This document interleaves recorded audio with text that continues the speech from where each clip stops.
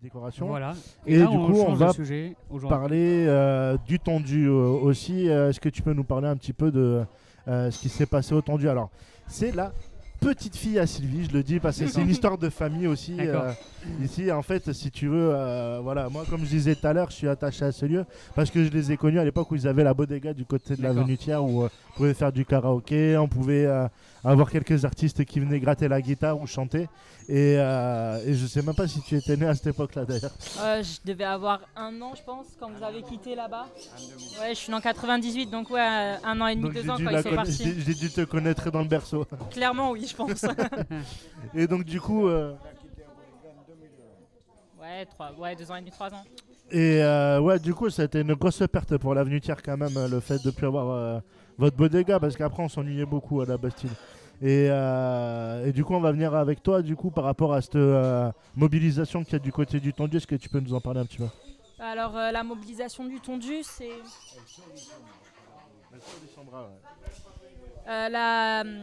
Donc la mobilisation du tendu, ça a commencé par les ASH. Qui n'ont pas le matériel adéquat, qui ont eu plusieurs machines à laver ou encore des problèmes avec des produits pour nettoyage. Donc elles ont commencé à manifester par rapport à ça et aussi à leurs revenus qui étaient vraiment limite au SMIC. De là, les infirmières, les aides-soignantes et tous les corps du tendu ont commencé à se rendre compte qu'ils n'avaient pas non plus le matériel nécessaire.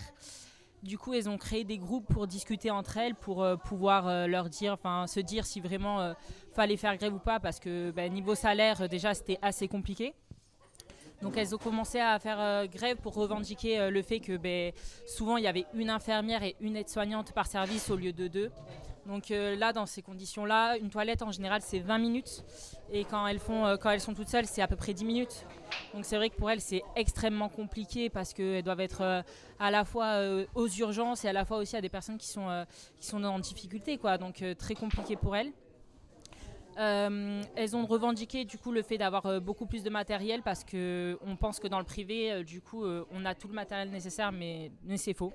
Et puis c'est une grosse structure le tendu, c'est pas que le tendu, c'est Tivoli, tu me Oui, disais. voilà, ils ont beaucoup de cliniques en France, mais faut savoir que dans toutes les cliniques, les salaires ne sont pas les mêmes et les matériels ne sont pas les mêmes non plus. C'est-à-dire que Tivoli, il y a quelques temps, ils ont fait une grève, ils ont réussi à avoir des primes et une petite augmentation. Et en fait, la grille salariale n'est pas du tout la même dans tous les hôpitaux, quoi. Donc c'est un petit peu aussi les revendications qu'elles ont eues. Mais pourquoi ? Ça, c'est le PDG qui installe les grilles en fait. Et le PDG de la clinique. Ouais, c'est en fait ils ont des réunions tous les. Alors je sais pas exactement tous les combien, mais c'est en fait les négociations de salaire. D'accord. Et il y a les représentants de la CGT, tout ça. Et il y a des négociations qui se passent mieux que d'autres du coup, et du coup ils arrivent à avoir des petites choses en plus, quoi. D'accord. Mais c'est vrai que là, le tendu, ça ramène quand même beaucoup d'argent au groupe. Et c'est vrai qu'elles ne se sentent pas revalorisées à leur juste valeur. Ce que je peux comprendre parce que moi, du coup, je travaille pas là-bas, mais j'étais là-bas tout le temps de la grève. Il y a ma fiancée qui travaille là-bas. Et c'est vrai que des fois, quand elle rentre le soir, elle va très très mal. Elle va très très mal. Et pareil, je suis proche. Est-ce que tu peux dire que c'est de la maltraitance ? Alors, la maltraitance, c'est un mot compliqué quand même parce que c'est vrai que c'est beaucoup utilisé maintenant, mais je pense que voilà, mais c'est vrai que des fois, je sais que quand je parle avec les soignants, du moins, ils ont l'impression de faire de la maltraitance par le manque de temps qu'elles ont avec les patients. Ah non, moi je parlais de la maltraitance de ta copine. Ouais, un petit peu, mais du coup, ça se rejoint parce que c'est vrai travail, que quand elles font ce métier, elles apprennent avec des bases, tout ça, et que pour elles, c'est important de faire correctement parce que quand on est dans le sanitaire et social, c'est vraiment pour s'occuper des gens. Et maintenant, elles peuvent plus. Donc, elles ont l'impression d'être maltraitantes et d'être maltraitées d'un côté. D'accord. Donc, en plus, du coup, entre l'arbre et l'écorce, c'est la plus difficile des places. Ouais, c'est très compliqué pour elle, même alors là je parle des aides-soignantes parce que ma copine est aide-soignante, mais que ça soit par exemple pour l'administration, ils essayent la clinique de faire vendre des places de chambre seule.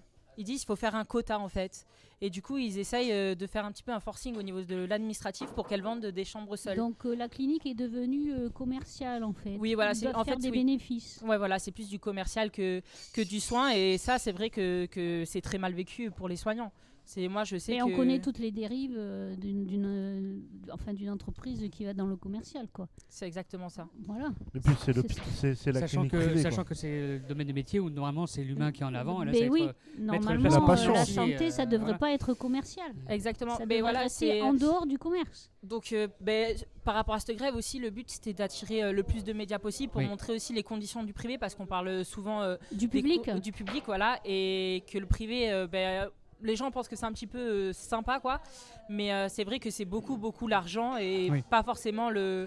Est-ce que c'était comme ça avant qu'ils déménagent ou c'est depuis qu'ils ont déménagé? Alors moi, ma ici copine, elle a commencé à travailler à la nouvelle clinique, donc je pourrais pas vous dire, mais je sais que là, en fait, l'hôpital cherche beaucoup à rentabiliser le fait d'avoir ouvert les urgences.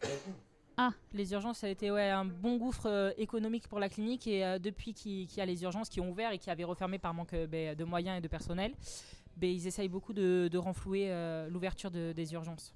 D'accord. Et comme du coup, ils ne peuvent pas attirer des malades, je ne peux pas faire de la pub. Est-ce que les urgences soyez malade et venez chez moi. Ouvrir des urgences, ça a été quelque chose qui leur a été imposé, ou c'est parce qu'ils ont voulu au départ ouvrir les urgences? Ça, je sais pas non plus. Il me semble que des fois, par un manque d'hôpitaux publics proches, certaines cliniques ont dû ouvrir des urgences pour pallier le tendu du Bordeaux n'avait pas d'urgence, puisque tout le monde partait sur Pellegrin ou la clinique Nord, et géographiquement, tu n'étais pas très loin non plus de Robert Piquet pour aller aux urgences. Et ça a été un peu fait au forcing, en fait, qu'il y ait des urgences au tendu quand même, parce que, en fait, si tu veux, sur la rive droite, à part les 4 pavillons, au niveau urgence, t'as pas grand chose, sinon t'as Libourne, mais Libourne c'est 30 bornes. Le problème des 4 pavillons, c'est que en fonction de comment tu es accueilli, soit tu es bien soigné, ou soit tu attends pendant 6 heures dans ton camion de pompier, ou 8 heures comme c'est déjà arrivé à des personnes âgées. Donc effectivement, sur la rive droite, il y avait, vu la démographie qui est en train d'augmenter, une nécessité à ce qu'il y ait aussi des nouvelles urgences. Et donc c'est le tendu qui s'y est cogné, et c'est vrai qu'apparemment, financièrement parlant, si on veut avoir un peu de penser envers les responsables des cliniques, effectivement ça coûte une blinde d'avoir des urgences, mais en fait si tu veux les centres de secours jusqu'à maintenant n'orientaient pas forcément tendu, c'est-à-dire que par exemple tu vas te blesser ou avoir besoin des urgences en étant sur la Traîne ou sur une partie de l'entre-deux-mers avant d'être sur le Libournais, c'est plus rapide d'aller au tendu que d'aller effectivement 2 fois sur les 4 paves, tu vois. Donc effectivement, il était nécessaire qu'il y ait d'autres urgences sur la rive droite. Elle est payée combien, ta copine, si c'est pas indiscret? Non, c'est pas indiscret. Elle est à peine au SMIC, mais ils ont du coup la prime Ségur de Macron, tout ça. Donc là, actuellement, elle est aux alentours des 1530 € par mois. Mais après, sa grille salariée, je la connais pas exactement. Mais je sais que par exemple, l'infirmière de son service, on avait calculé sans les primes de l'hôpital, elle est à moins de 1400 € net par mois, sans les primes. Et pour combien d'heures? Elles travaillent en 12 heures. Alors, elles ont des semaines où elles font presque 56 heures. Et des semaines où elles font 36 heures, quelque chose comme ça. Ouais, ça fait quand même, réparti sur les 15 jours, ça fait quand même plus de 35 heures par semaine quand même. Oui, ouais, pour un salaire, pour même pas 1400 € net par mois. Voilà, puis elle dit, en plus, elle a 4 ans d'ancienneté. Oui. Et on parlait, parce que du coup, ça rapproche aussi les manifestations. Problème. Oui, voilà, les manifestations comme ça rapproche. Et du coup, on parlait avec une infirmière de nuit qui est là depuis plus de 20 ans et elle arrive à peine à 2200 € net. Ah ouais, non, il y a vraiment un problème. Tu vois, on parlait des footballeurs qui sont surpayés et les infirmières quand même qui sont des éléments vitaux de la société qui sont sous-payés. Et, tout en restant dans le même domaine de métier, tu prends les financiers des cliniques privées. Des cliniques privées qui sont surpayées et les personnes qui font tourner la boîte. Qui est sous-payé. Tout à fait, il suffit de rester dans la boîte. Mais ce qu'il faut savoir, c'est que souvent dans les cliniques privées, parce que moi j'ai travaillé à Bordeaux Nord aussi, quand il y a des manifestations comme ça et que les blocs ne peuvent pas être ouverts ou quoi, normalement il y a une grille salariale où les chirurgiens et les grands médecins sont payés au minimum. C'est-à-dire que même s'ils ne travaillent pas, ils ont un salaire minimum. Alors je ne pourrais pas vous dire combien, mais plus plus que 1400 €, quoi. Ouais. D'accord. Ça, j'en ai entendu parler sur Arès, effectivement. C'est-à-dire que toi, tu n'étais pas là, tu travailles pas. Et moi, ça me choque pas ton salaire minimum quand t'es pas là, quoi. qu'un toubib soit bien payé, surtout s'il fait bien son boulot, parce Oui, qu'il voilà. est responsable quand même de la vie de son patient, comme les infirmières et les aides-soignantes. Mais bon, c'est lui qui fait l'opération, machin bidule, etc. Ce qui me choque, par contre, c'est que tu as raison, c'est que des directeurs et des administratifs soient mieux payés que des infirmières et des aides-soignantes. Et j'irais Même si je j'irais même dénigre plus bas, pas le j'irais même boulot plus bas, parce que moi, pour avoir des fait- administratifs. Parce que moi, pour Mais avoir bon. fait pendant plusieurs mois, même années, le métier d'ASH dans des cliniques, EHPAD, hôpitaux, etc., bah, excuse-moi, mais sans les ASH qui sont responsables de l'entretien des chambres, des locaux communs, qui participent à éviter toutes les maladies qui peuvent se transmettre, etc. Oui, les maladies nosocomiales. Oui, mais excuse-moi, mais c'est aussi des jobs aussi importants. Bien sûr. Enfin, Bien sûr. c'est une chaîne de métiers, en fait. Justement, j'allais en arriver parce qu'il y a eu des bruits de couloir, donc ça peut pas être vérifié. Mais comme quoi, ça a commencé par le petit personnel, du coup, en parlant des ASH, tout ça. Mais il faut comprendre que s'il n'y a pas d'ASH, les gens vont pas venir dans une clinique qui est réputée pour avoir des maladies, tout ça. Sans Oui. ASH, il n'y a pas d'aide-soignante. Sans aide-soignante, il n'y a pas d'infirmière, il n'y a pas de malade. Donc je pense que vraiment, dans le médical, chaque métier est important et devrait être vraiment revalorisé. Parce que moi, je sais que quand je travaillais en tant qu'ASH, c'était vraiment même pas un bon jour parfois. Mais il faut savoir que vraiment, sans même les ASH, il n'y a pas d'emploi dans un hôpital. Et je trouve ça dommage parce que il y en a qui se sentent beaucoup supérieurs aux autres alors que ça devrait être uni parce que c'est vraiment un métier social avant tout. Mais oui, tu vois, c'est un peu comme une chaîne alimentaire, quoi. Sans les ASH, t'as pas le truc, t'as pas non plus les administratifs qui, à la fin, touchent leur salaire tous les mois. S'il n'y avait pas toutes ces petites... Et je me permets de faire un parallèle. Sans les arbres, c'est pareil. Tu vois, ils sont à la base, ils disent rien, mais s'il n'y a pas ça, il n'y a pas le manger après dans l'assiette pour les gens, et il n'y a pas de gens. Mais tu vois, c'est un peu ce que La chaîne alimentaire. C'est un peu ce que je disais sur les anciennes émissions, tu vois, quand je parlais notamment du milieu du nettoyage, où si on n'existe pas en fait, enfin si on n'existait pas, parce que moi maintenant je peux en parler au passé de ce métier-là, mais si on n'existait pas, que ce soit dans les bureaux, dans les résidences ou dans n'importe quel domaine où tu as besoin d'avoir un environnement propre, tu as des plaintes qui remontent très vite, c'est-à-dire que les locataires, les patrons d'eux ou machin, etc. Tu vois, il y a les ouvriers du nettoyage qui se sont mis en grève à Tolbiac, à l'université à Paris 1, parce que leur local était en sous-sol, humide. Et t'avais même pas la cuisine. Insalubre. Ouais, t'as rien pour prendre ton café, ni pour le faire chauffer ou autre, ou même pour manger le midi. Et c'était tellement insalubre en fait qu'ils se sont mis en blocage. Et pour l'instant, ça s'est toujours pas débloqué. Et pourtant, c'est du public, tu vois, c'est de l'université. Donc, à un moment donné, c'est quand même des gens qui contribuent à ce qu'on ait un environnement sain, comme les ASH à l'hôpital. Et si tu n'as pas d'environnement sain, au moment de, tu vas pas. Non, en fait, mais c'est marrant mais parce que c'est pareil avec les insectes. Tu as des insectes qui sont des nettoyeurs. Si tu les tues, tu déborde de déchets végétaux et animaux. Et pour revenir au métier d'ASH, c'est aussi un métier où tu es en contact avec le patient. Enfin, je veux dire, quand le patient est là, il parle aussi avec toi.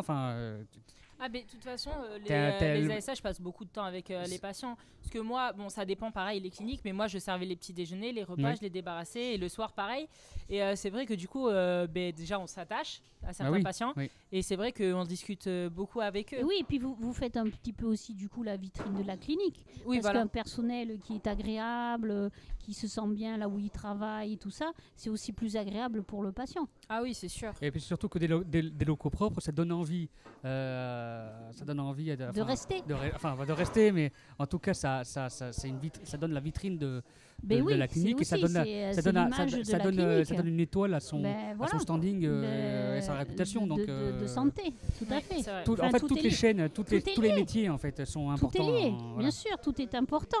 Mais c'est vrai que quand l'encadrement est pas bon, moi je me souviens quand ma copine a commencé à faire aide-soignante, elle était enjouée, elle était super contente d'y aller. Là, je sais que quand les filles vont au travail, elles ont une boule au ventre.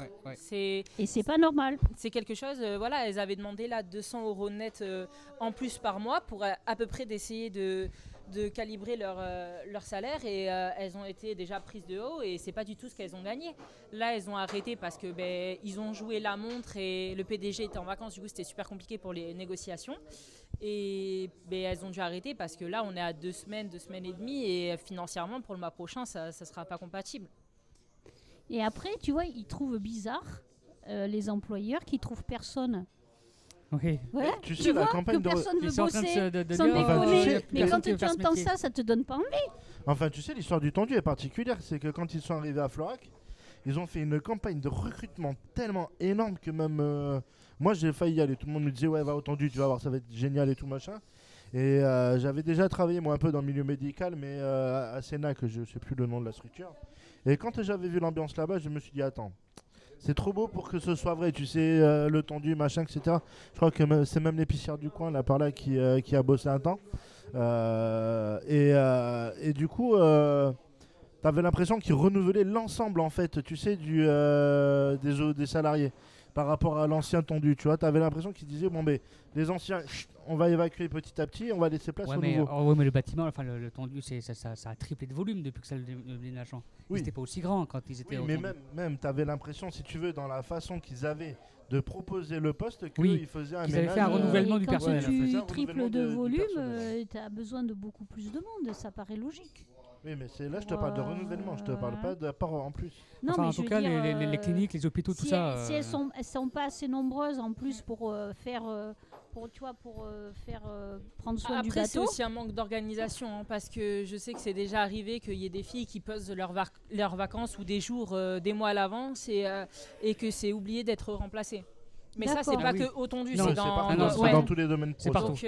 Donc maintenant, ce que font les filles, c'est qu'elles vont voir les cadres ou quoi et elles vérifient que les filles soient remplacées, quoi. Mais Parce que moi, ça m'est arrivé à l'EHPAD où je bossais, c'était pareil. Hein. On posait nos vacances longtemps avant, enfin dans les règles. Bizarrement, une semaine avant, il n'y a pas de remplaçant. exactement. Si tu vérifies pas, tu as tes collègues qui se retrouvent avec une personne en moins. C'est ça. Et ça fout tout le monde dans la merde. Après, quand même, les filles, ils ont un avantage, c'est qu'elles sont vachement solidaires entre elles. Oui. Par exemple, quand la fille du 4 ou du 3 a terminé ses toilettes, elle Oui. va faire un petit peu le tour, voir Oui. s'il y a besoin d'aide dans les autres étages. Mais est-ce qu'ils jouent pas sur ça? Ils jouent un petit peu sur ça, mais après, Sur le fait que vous quand, soyez par exemple, il y a un service qui est plein. solidaire et que vous fassiez votre métier de manière très professionnelle. Oui, voilà. Mais comme disaient les filles, notre problème, en fait, c'est la conscience Et professionnelle. voilà. Parce que quand là, par exemple, il y a eu la grève, il y en a, elles voulaient faire des longues grèves parce qu'ils avaient un petit peu d'argent de côté, mais elles n'ont pas pu parce que leur conscience professionnelle disait oui, mais là, le service est plein. Je sais qu'on a vraiment des personnes, on va dire, en danger dans le sens où elles sont vraiment, vraiment malades et elles ne voulaient pas laisser les infirmières ou les aides-soignantes toutes seules, quoi. Donc après, ça Ça, c'est les aide. dégueulasse de jouer sur ça. C'est en ça, fait. mais c'est ce qu'ils ont fait tout Mais le c'est long ce de la qu'ils grève. font- c'est c'est ce qu'ils ont dégueulasse. fait tout le long de la grève. Hein. Ah oui, et puis, là aussi, il y a une des filles qui a été mise à pied pendant la grève parce qu'ils ont, ils ont pris des huissiers pour faire des réquisitionnements. Sauf que cette personne, quand l'huissier est passé chez elle, elle dormait, mais elle n'a pas de sonnette. Du coup, ils ont dit qu'elle avait eu le papier, ce qui est totalement faux, et elle a reçu un papier comme quoi elle était mise à pied. Donc là, on est en train de se renseigner auprès de juristes, tout ça, parce que de toute façon, quand un huissier passe, je pense qu'il y a signature pour preuve d'appui. Oui. Ce qu'il n'y a pas là. Donc en fait, là, c'est beaucoup. Ils jouent surtout sur le psychologique des soignants, quoi. Ouais, Mais et puis c'est- en plus, c'est logique. Il manque de gens et ils mettent les gens à pied. C'est ça. Logique. Puis là, pareil, les filles sont en train de vérifier tous les plannings pour être sûr qu'il n'y a pas eu de réquisitionnement abusif parce que c'est un service minimum quand il y a réquisitionnement. C'est-à-dire s'il y a 2 aides-soignantes, 2 infirmières, il y a minimum une infirmière et une aide-soignante dans le service. D'accord. Et là, à un moment, il y a beaucoup de personnes qui faisaient grève et dans un service, elles étaient 5. Donc on n'a pas trop compris. Après, il y a de la chance parce que c'est le période des stages. Du coup, les filles n'étaient pas vraiment seules, elles avaient des stagiaires, mais bon, elles doivent être Oui, derrière enfin, les parce qu'elles n'ont stagiaires, pas elles les font pas tout, elles sont responsabilités.